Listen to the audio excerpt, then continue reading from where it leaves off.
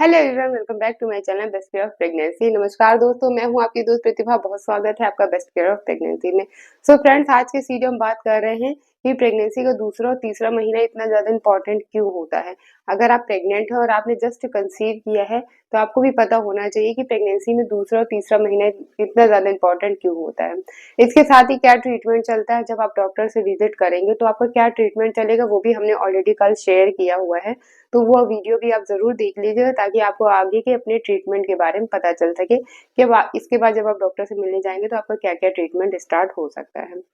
आज के वीडियो में दूसरे और तीसरे महीने की प्रेगनेंसी में क्या होता है और आपको सबसे ज्यादा किन बातों का ध्यान रखना है ताकि आपकी प्रेगनेंसी जो है वो सेकेंड ट्राइमेस्टर तक सेफली पहुंच सके। ठीक है, तो बहुत इंपॉर्टेंट वीडियो है, अवेयरनेस वीडियो है। अगर आप प्रेग्नेंट हैं तो ये जानकारी आपको होना जरूरी है।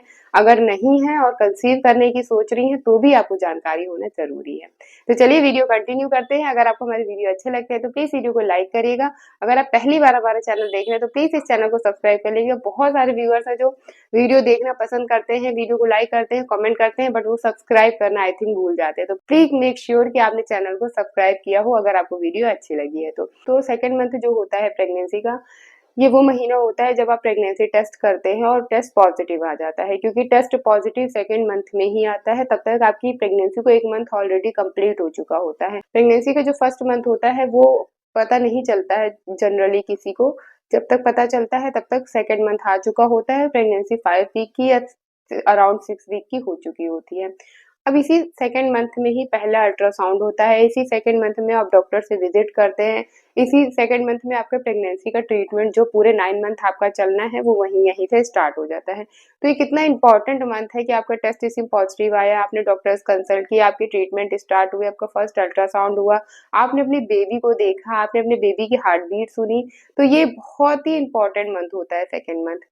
अब बात करें कि थर्ड मंथ की, तो थर्ड मंथ में क्या होता है, तो थर्ड मंथ में जब आप एंटर करते हैं तो थर्ड मंथ तक एक तो ये श्योरिटी हो जाती है कि अभी प्रेगनेंसी आपकी सेफली चल सकती है। अभी देखिए 100% चांसेस नहीं है। देखिए मैं किसी को डरा नहीं रही हूँ, मैंने पहले कहा ना कि अवेयरनेस वीडियो है। आप अवेयर रहेंगे तो आप अपने आप को उतना ज्यादा मजबूत कर पाएंगे, आप अपने वो जरूरी प्रिकॉशंस रख पाएंगे जो कि एक प्रेगनेंसी को सेफ रखने के लिए जरूरी होते हैं। देखिए बहुत सारी ऐसी न्यूली मैरिड लड़कियां होती है जो कंसीव कर लेती है, लेकिन जैसे बहुत सारी लड़कियां जो बाहर रहती हैं उनको उतना ज्यादा कोई गाइड करने वाला नहीं होता, तो उनको पता ही नहीं होता कि प्रेगनेंसी में क्या करें, क्या अवॉइड करें, क्या खाएं, क्या अवॉइड करें। इस वजह से कई बार बाई चांस उनकी गलती नहीं होती है लेकिन अनजाने में चीजें खराब हो जाती है ना, तो जानकारी होना जरूरी है। तो थर्ड मंथ में क्या होता है कि आपको बहुत ज्यादा एहतियात रखने की जरूरत है। जैसे कि आपने सुना होगा कि शुरुआती 3 महीने बहुत क्रूशियल होते हैं, तो ये थर्ड मंथ उसी शुरुआती 3 महीने में ही है। तो इसमें आपको अपना बहुत ज्यादा ध्यान रखना है। इसमें आपका एक पहला अल्ट्रासाउंड होता है जो कि मतलब हार्ट बीट वाला तो हटा दे रहे, जो इंपॉर्टेंट अल्ट्रासाउंड प्रेगनेंसी में 4-5 इंपॉर्टेंट अल्ट्रासाउंड होते हैं, उस पर भी मैंने वीडियो शेयर किया। अगर नहीं देखा है तो जरूर देख लीजिएगा। और वो जितने इंपॉर्टेंट अल्ट्रासाउंड मैंने बताए हैं उनको कराइएगा जरूर। अगर डॉक्टर नहीं लिख रहा तो आप अपनी तरफ से कराइए। वैसे तो डॉक्टर लिखते हैं लेकिन बाई चांस अगर नहीं लिख रहा है तो आप अपनी तरफ से उसको कराइए, पर कराइए जरूर, बहुत इंपॉर्टेंट होते हैं।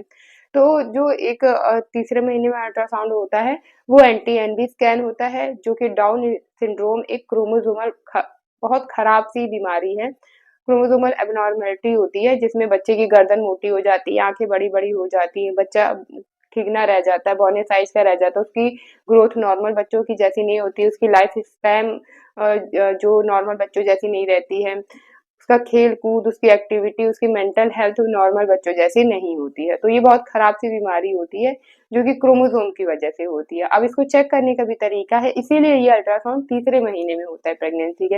अगर ये तीसरा महीना निकल गया तो इसके बाद ये अल्ट्रासाउंड कराने कोई मतलब नहीं रह जाता है। तो इसलिए तीसरे महीने में स्पेशली प्रेगनेंसी के 11 से 14 हफ्ते के बीच में ही कराया जाता है। तो इसमें बच्चे के गर्दन के आसपास का पानी चेक होता है जिससे कि पता चल पाता है कि बेबी में कोई डाउन सिंड्रोम जैसी प्रॉब्लम तो नहीं है। ये अल्ट्रासाउंड मैंने भी अपने दोनों प्रेगनेंसी में कराए थे, आपको भी मेरे हिसाब से जरूर करा लेने चाहिए। तो ये था वो एंटी एनबी स्कैन जो तीसरे महीने में होता है। इसके अलावा तीसरे महीने में जो आपकी ट्रीटमेंट चालू हो चुका है वो तो आपको लेना ही है। वीकली प्रोजेस्टेरॉन के इंजेक्शन लग रहे हैं, टैबलेट है जो कि आपको अब ध्यान रखनी है, क्योंकि जिनकी दवाई खाने की आदत नहीं होती है वो अक्सर भूल जाते हैं मेडिसिन लेना, लेकिन आपको मेडिसिन लेनी है, इसको आपको ध्यान रखना है। ये आपका अब डेली रूटीन है जो कि 9 महीने तक रहेगा। आज नहीं खाया चलो कोई बात नहीं कल खा लेंगे, ये नहीं करना है, क्योंकि अब आपकी बेबी की हेल्थ का सवाल है। तो ये दवाइयाँ बिल्कुल भी स्किप नहीं करनी है, डेली टू डेली आपको इसको लेना है, टाइम टू टाइम लेना है। इसके अलावा अब आपको अपनी डाइट का बहुत ज़्यादा तीसरे महीने में ध्यान रखना है, क्योंकि आपका बेबी अब ग्रोइंग स्टेज पर है, वो डे बाय डे अब वो ग्रो करेगा। आप फिर नेक्स्ट अल्ट्रासाउंड कराने जाएँगे तब तक उसकी ग्रोथ और चेंज हो चुकी होगी, उसका साइज़ चेंज हो चुका होगा। तो वो डिपेंड करता है आपके खान-पान पे। आप जितनी अच्छी हेल्दी डाइट लेंगे प्रेगनेंसी में, उतनी अच्छी ग्रोथ आपको हर अल्ट्रासाउंड में अपने बेबी की देखने को मिलेगी। इसके साथ ही जो प्रिकॉशंस है कि इस टाइम पे, क्योंकि बहुत सारे प्रेगनेंसी सिम्पटम्स हैं जो इसी 3 महीने तक ज़्यादा परेशान करते हैं, जैसे बहुत वॉमिट आना किसी को, नॉज़िया लगना, खाने-पीने की चीज़ों से स्मेल आना, कि रोटी नहीं खा सकते नॉर्मल, परवल, गोभी, लौकी, तरोई ये सब्जियाँ नहीं अच्छी लगती, ये नहीं खा सकते। फूड क्रेविंग बहुत ज़्यादा होती है कि मुझे बाहर का ही खाना है, मुझे मोमोज़ ही खाना है, मुझे चाउमीन ही खाना है। तो ये सारी चीज़ें जो है इतनी ज़्यादा, मतलब खाने-पीने को लेकर के इतनी ज़्यादा, मतलब समझ नहीं आता कि क्या मन चलता है, क्या खाऊँ? जैसी सिचुएशन होती है, क्योंकि अनहेल्दी बहुत खा नहीं सकते, हेल्दी खाया नहीं जा रहा, तो ये सब इसी 3 महीने में ज़्यादा होता है। और इसके बाद फिर धीरे-धीरे जैसे चौथा महीना स्टार्ट होगा, ये सब धीरे-धीरे डाउन हो जाएगा, फिर आपको अपने घर का ही खाना अच्छा लगेगा। लेकिन शुरुआती 3 महीने तक सबसे ज़्यादा यही प्रॉब्लम होती है कि गले तक भरा-भरा लगता है, एसिडिटी बहुत ज़्यादा होती है। तो ये सारी चीज़ें इसी में ज़्यादा हैं। तो थोड़ा-सा 3 महीने तक आपको अपना ध्यान रखने की ज़्यादा ज़रूरत होती है। जो चीज़ें अच्छी लग रही हों, वो खाइए। हेल्दी है लेकिन ज़बरदस्ती खा कर के उल्टी करना है, तो वो चीज़ मत खाइए, मेरे हिसाब से वो ठीक नहीं है। जो अच्छा लग रहा है, जितना अच्छा लग रहा है, वहाँ तक आप खाइए, क्योंकि 3 महीने बाद चीज़ें नॉर्मल हो जाएँगी, फिर आप अपने आप खा सकते हैं। नारियल पानी वगैरह आप स्टार्ट कर सकते हैं, अब गर्मी का मौसम आ गया, नारियल पानी बहुत हेल्दी है प्रेगनेंसी के लिए, तो आप इसको शुरू से ही शुरू कर सकते हैं और पूरे 9 मंथ ले सकते हैं। मैंने अपनी दोनों प्रेगनेंसी में स्टार्टिंग से ही स्टार्ट किया था और पूरे 9 मंथ नारियल पानी लिया था, तो एमनियोटिक फ्लूइड की कमी नहीं होती अगर आप नारियल पानी लेते रहते हो, और ऐसा मानते हैं कि बेबी का टेक्सचर भी, मतलब बेबी का कॉम्प्लेक्शन भी अच्छा होता है नारियल पानी से। तो खैर मेरे बेबी तो दोनों बेबी फेयर हुए थे एकदम, और मुझे पूरी 9 मंथ प्रेगनेंसी में एमनियोटिक फ्लूइड की कमी नहीं हुई थी। तो तीसरे महीने में जो और कुछ ही आपको ध्यान रखना है कि बहुत ज़्यादा सीढ़ियों का यूज़ नहीं करना है, थोड़ा आप यूज़ कर सकते हैं, अगर मजबूरी है तो धीरे-धीरे चढ़िए, आराम से चढ़िए, जल्दीबाजी नहीं करिए।